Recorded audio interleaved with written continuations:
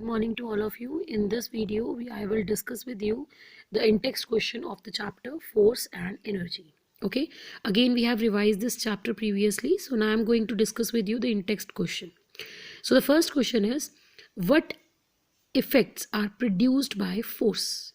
कि जब आप किसी चीज़ के ऊपर फोर्स अप्लाई करते हो तो उससे क्या क्या इफेक्ट्स प्रोड्यूस होते हैं. तो इससे बेटा शेप चेंज हो सकती है बॉडी की, उसकी डायरेक्शन चेंज हो सकती है.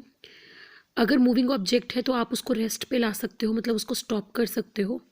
आप एक ऑब्जेक्ट जो पहले स्टॉप्ड है उसको मूव करवा सकते हो. आप स्पीड को of the moving object increase कर सकते हो या डिक्रीज कर सकते हो. समझ आया क्या क्या चीज़ें बोली मैंने? जब आप किसी चीज़ के ऊपर फोर्स लगाते हो, लाइक अगर आप आपके पास कोई स्पॉन्जी बॉल है या कोई नॉर्मल बॉल है विच कैन बी लाइक जिसको आप थोड़ा उसकी शेप चेंज कर सकते हो, तो अगर आप उसके ऊपर फोर्स लगाओगे तो you can change its shape. Then if something is moving by applying force you can stop it. If something is stopped then you can by applying force make it move. Then if something is moving you can change its direction, you can increase its speed, you can decrease its speed. So all these things are done by force. Then the second is, what are the two major types of forces?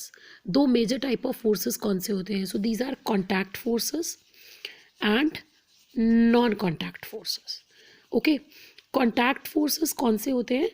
Contact forces are the forces which need the contact with the object on which the force is applied. Okay, yeah, these are the forces which needs application or they needs to be in touch with the object. जैसे muscular force हो गया, elastic force हो गया. These are contact forces, and the other are non-contact, which doesn't need any physical touch or physical attachment for its application. Okay, so these are the mainly two types of forces. Non-contact forces के example like gravitational force, magnetic force. These are the examples of non-contact forces. Then the third is, define buoyant force. Buoyant force is the force which is applied by water on every object floating in it. Okay, gravitational force, it is the force applied by earth on every object around it. Magnetic force is the force which is applied by a magnet on a magnetic substance. Elastic force, it is the force which is it is the ability of an object to regain its shape. Like आपके पास rubber band होता है, अगर आप उसको stretch करते हो तो उसकी जो कैपेबिलिटी होती है जिससे वो वापस अपनी पुरानी पोजीशन पे आ जाता है, उसको हम क्या कहते हैं? Elastic force. Okay, next the question number 4 is, what are simple machines? तो simple machines are the machines which are easy to handle और which makes our work easier. Okay, जो ईजी होती हैं हैंडलिंग में और जो हमारे काम को ईजी बना देती है उनको हम क्या कहते हैं? Simple machines. Next question is, how do simple machines make our work easier? Simple machines हमारा काम ईजी कैसे बनाती हैं? So they do the work in mainly two ways. One, they change the direction of force applied. जिस भी force direction में आप force लगा रहे हो वो उस डायरेक्शन को चेंज कर देती है. सेकेंड, दे इंक्रीज और दे change, you can say more correctly, they change the amount of force. कि आप कम अमाउंट ऑफ फोर्स लगाते हो बट वो उसको इंक्रीज कर देती है ताकि फोर्स एक्सपीरियंस्ड क्या होता है? बढ़ जाता है. Fine. So in this way the simple machines they makes our work easier. Then what is lever and what are its parts? Lever क्या होता है? Lever is a simple machine which is use to lift the heavy loads. Then what are its parts? It has 3 main parts: load, effort, fulcrum. Okay, what are the main 3 parts of liver? Load, effort, fulcrum. Fine. Then what are the 3 classes of liver? It is the first class liver, second class liver and third class liver. Okay, first class liver जो होता है उसमें क्या होता है? जो fulcrum होता है वो एफर्ट और लोड के बीच में होता है, यहाँ पे होता है फल्क्रम.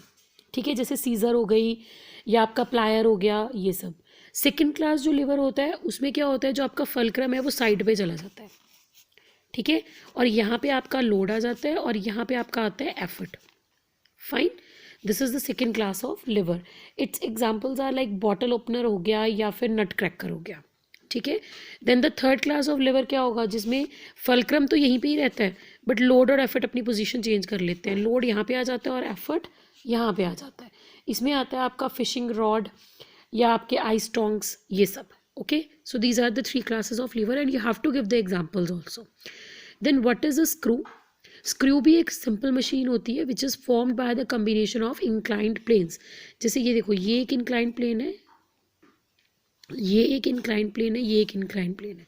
आप इसको ऐसे इससे जोड़ दो, फिर इसको इससे जोड़ दो, फिर इसको इससे जोड़ दो, तो ऐसे आपका क्या बन जाएगा, एक स्क्रू। फाइन। तो द स्क्रू जो है, it is the combination of inclined planes. How is it, it is better than a nail. जो नेल होती है वो भी it is use to hold the things tightly and screw is also use to hold the things tightly, but screw is better than nail. How? Because जो nail होती है बेटा, उसका सरफेस एरिया कम होता है, वो बस ऐसे सीधी होती है ना, तो उसका बस जो सरफेस एरिया है वो इतना ही होता है जितना अपर ये वाला हो गया। बट जो स्क्रू होता है, स्क्रू कैसे होता है, ऐसे ऐसे ऐसे ऐसे, है ना, ऐसे होता है पूरा स्क्रू। तो जो स्क्रू होता है उसका जो सरफेस एरिया है वो नेल से बहुत ज़्यादा होता है। जितना सरफेस एरिया ज़्यादा होगा उतना वो चीज़ को टाइटली होल्ड कर पाएगा। Okay students.